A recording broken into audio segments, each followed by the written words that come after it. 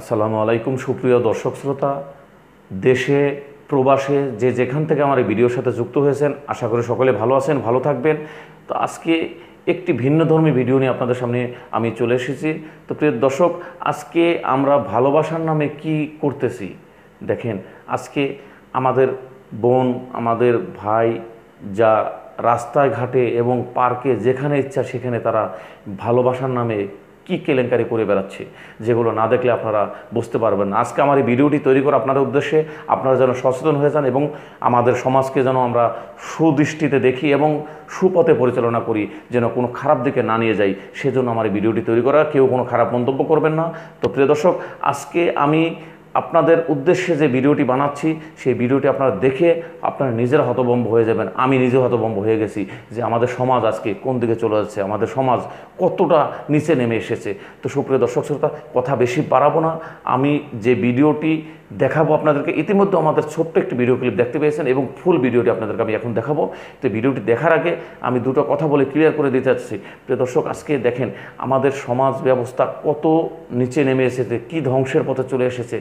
আমাদের যুবক যুবতী ভাই বোনেরা কলেজ ভার্সিটিতে পড়ে এবং স্কুলে পড়ে, তারা কিভাবে খারাপ কাজে লিপ্ত হয়ে যাচ্ছে এবং সেখান থেকে আমরা কিভাবে ফিরে আসব, সেই কথাগুলো, সেই জিনিসগুলো আজকে আমি আপনাদের দেখাবো।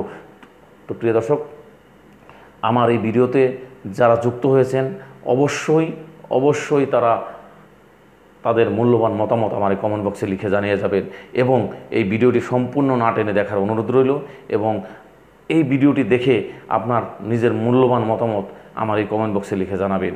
ততক্ষণ ভালো থাকেন। আর আমার এই চ্যানেলে যদি আপনি নতুন হয়ে থাকেন তাহলে অবশ্যই চ্যানেলটি সাবস্ক্রাইব করে পাশে থাকা বেল বাটনটি বাজিয়ে রাখবেন। চলুন আমরা মূল ভিডিওতে চলে যাই।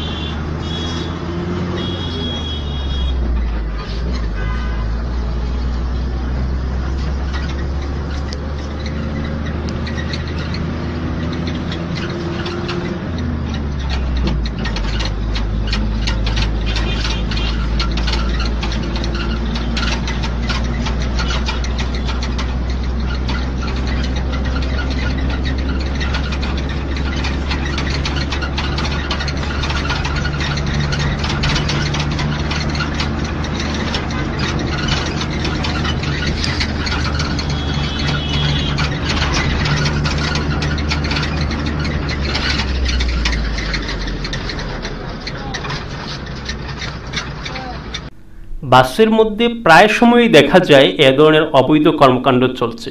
হয়তো দুজনেরই মতামতের ইচ্ছায় অথবা একজনের মতের বিরুদ্ধে কোনো এক পুরুষ পাশে দাঁড়িয়ে এই অপকর্ম করার চেষ্টা করে।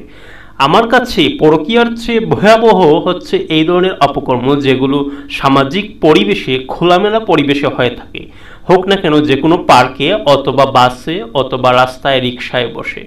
এবং এই কাজগুলো যে একদম অশিক্ষিত গেয় ক্ষেত্রা করে তা কিন্তু বলা যাবে না।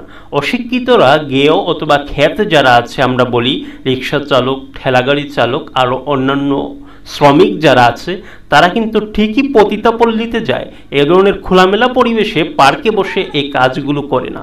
তাই এদের চেয়ে, এই শিক্ষিত সমাজের চেয়ে ওই পতিতাপল্লীতে যাওয়া লোকগুলোই অনেক ভালো। তাই আসুন আমরা এর বিরুদ্ধে রুখে দাঁড়াই।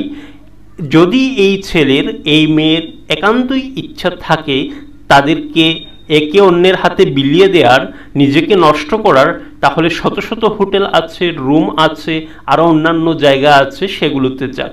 কেন এই খোলামেলা পরিবেশে আমাদের ছোট ছোট বাচ্চাদের, শিশুদের এবং বৃদ্ধদেরকে এই অপকর্ম দেখতে হচ্ছে?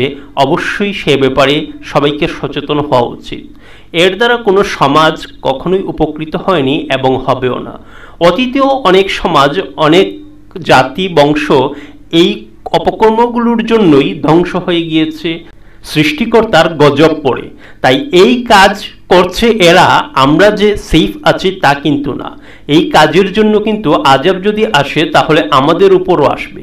তাই অবশ্যই আমাদের নিজেদের রক্ষার জন্য, আমাদের সমাজ, আমাদের দেশ, জাতি এবং তথা মানব জাতিকে রক্ষার জন্য অবশ্যই এ ধরনের অপকর্মের বিরুদ্ধে সবাইকে সোচ্চার হতে হবে। অনেকে আছেন এ ধরনের চিন্তা ভাবনা করেন, যেহেতু আমি এগুলো করছি না তাহলে আমার এই ধরনের চিন্তা ভাবনার প্রয়োজন নেই, আমি এগুলো রুখে দেওয়ার প্রয়োজন নেই, এরা যারা করছে তারা তো খারাপ, আমি এদের সাথে কেন মোকাবিলা করতে যাব, কেন এদের শত্রু হতে যাব? এরা যা করছে তার ফল এরা পাবে এবং আমি ভালো আছি, আমার ফল আমি পাবো। কিন্তু প্রকৃতপক্ষে এটা না। আমি আগেও যা বলেছি, গজব যখন আসবে এদের জন্য গজব আসবে এবং সেই গজব থেকে কিন্তু আপনি ভালো হওয়ার পরও আপনি রেহাই পাবেন না। কারণ আপনি এগুলো দেখেও সহ্য করেছিলেন, এর বিরুদ্ধে প্রতিবাদ করেননি, এই ধরনের অপকর্মগুলো রুখে দেননি। তাই এখনই সময় যথাযথ প্রয়োজনীয় ব্যবস্থা গ্রহণের মাধ্যমে দেশের শিক্ষা ব্যবস্থা বলেন অথবা সামাজিক পরিবেশ বলেন, সব কিছুর মধ্যেই একটা সুশৃঙ্খল পরিবেশ ফিরিয়ে আনার। নয়তো পরবর্তীতে আরও ভয়াবহ রূপ ধারণ করবে, যা থেকে হয়তো জাতি কখনোই বের হয়ে আসতে পারবে না। ধন্যবাদ সবাইকে আমার সাথে থাকার জন্য। অবশ্যই ভিডিওটি ভালো লাগলে লাইক দিবেন, শেয়ার করে দিবেন এবং অবশ্যই এই ধরনের কর্মকাণ্ডের বিরুদ্ধে সর্বদাই প্রতিরোধমূলক ব্যবস্থা গড়ে তুলবেন। পাড়ায় পাড়ায় আমরা যদি সামাজিক সংগঠনগুলোকে অ্যাক্টিভ করে দেই তাহলে অবশ্যই এই ধরনের সমস্যা